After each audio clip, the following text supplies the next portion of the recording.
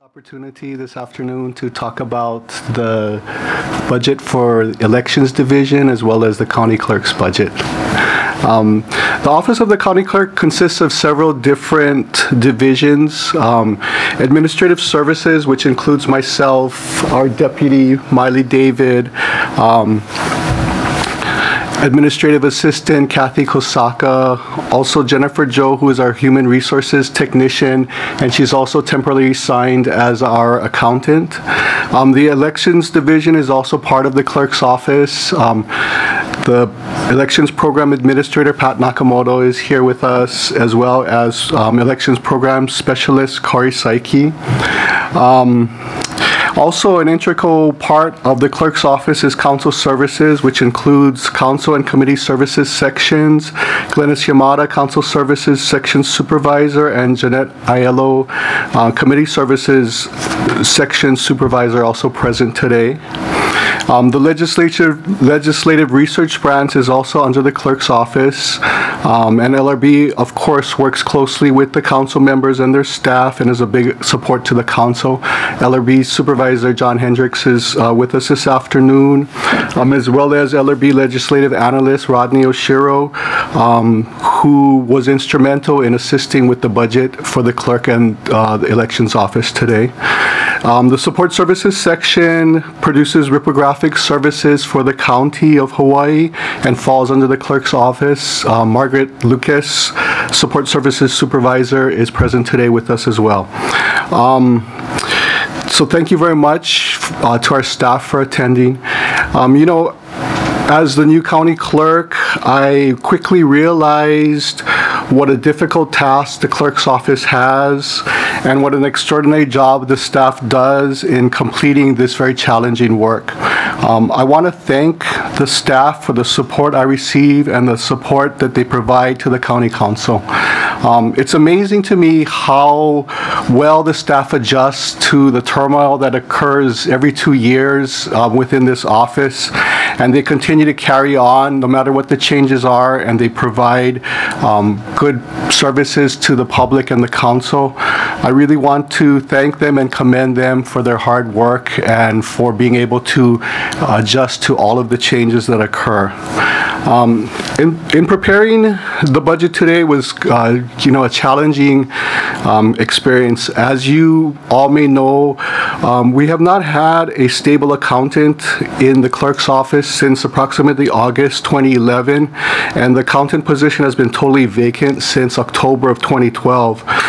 This lack of an accountant has impacted our budget preparation. Luckily, legislative analyst Rodney Oshiro has worked on the budget for many years and did a really good job in assisting us this year again. So I want to thank him as well.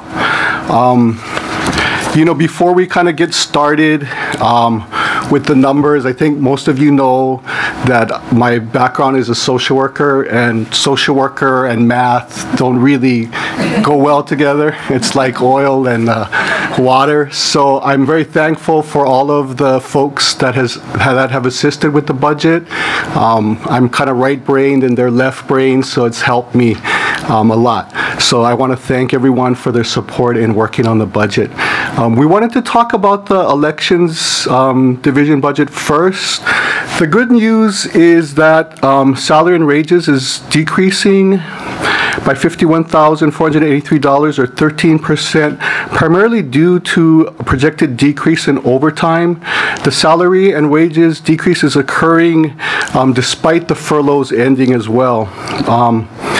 In addition, we will be further reducing salary and wages budget in draft 2 by $19,040. This reduction is due to this amount being removed from the budget for the fiscal, and it's going to be actually added to the fiscal year 14-15, and these monies are used for temporary hires in July of 2014 for the upcoming election. So that's another reduction.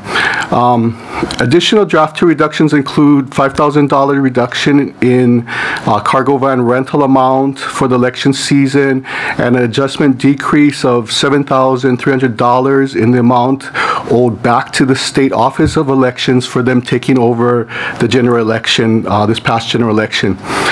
Even though we have these decreases, the overall election budget is increasing by $35,719 to $904,598, which is an increase of about 4%. There are two major issues affecting the increase. One is in our miscellaneous contracts, in which we need to pay the State Office of Elections $70,585 due to the State Elections Office taking over this past general election. Another increase is in equipment costs, in which we are requesting a cargo van.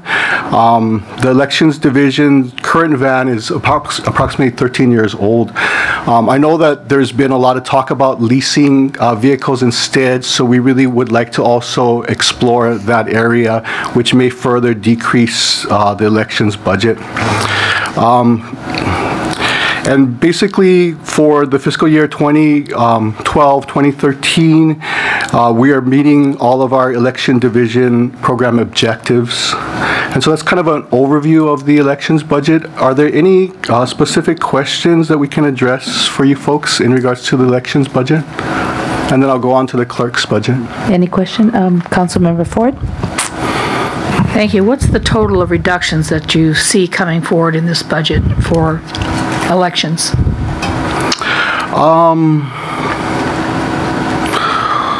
Well, like I summarized, there's going to be from the draft 1 to the draft 2, there's a $5,000 reduction. Can you just give the totals is what I'm looking for. Okay. The total amount will be $31,340.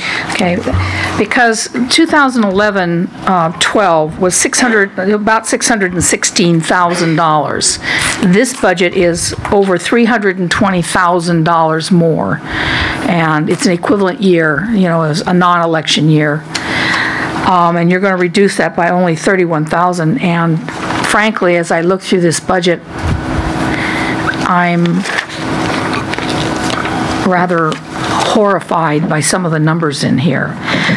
The fact that we could go up $320,000 from a comparable off-election year seems to me to be extreme, when other departments are literally begging to get money for their things. So could you explain to me why we're going up almost 300, well, with these reductions of 31, will be just under $300,000 from a comparable year? Mm-hmm. Well, I think a big part of that is this, or a significant part is the $70,000 that we need to pay the state back for. Why are we paying the state back? It was their decision to take over our elections. Why are we paying them anything? I think by statute we do have to pay them because they took back the responsibility of the election, and that is what they're charging us. That still leaves $230,000. Another additional cost, like I said, is the van that we had budgeted for, that we're going to look at leasing instead of purchasing. So that would be another cost that doesn't even you know, $230,000. I mean, that is huge. Yeah. By the time we get to the next meeting, I would like to have that explained a little more, because you know, we're still in a very difficult financial situation, and you know, we've been listening to the fact that we can't even get enough firefighters out and to drive the apparatus that we've got. This doesn't look good to me. Mm-hmm. Okay, I'll wait for the next portion. I would like to say something. Go ahead. Reference is made to an election and a non-election year. Oh, my name is Pat Nakamoto. I'm the Elections Program Administrator.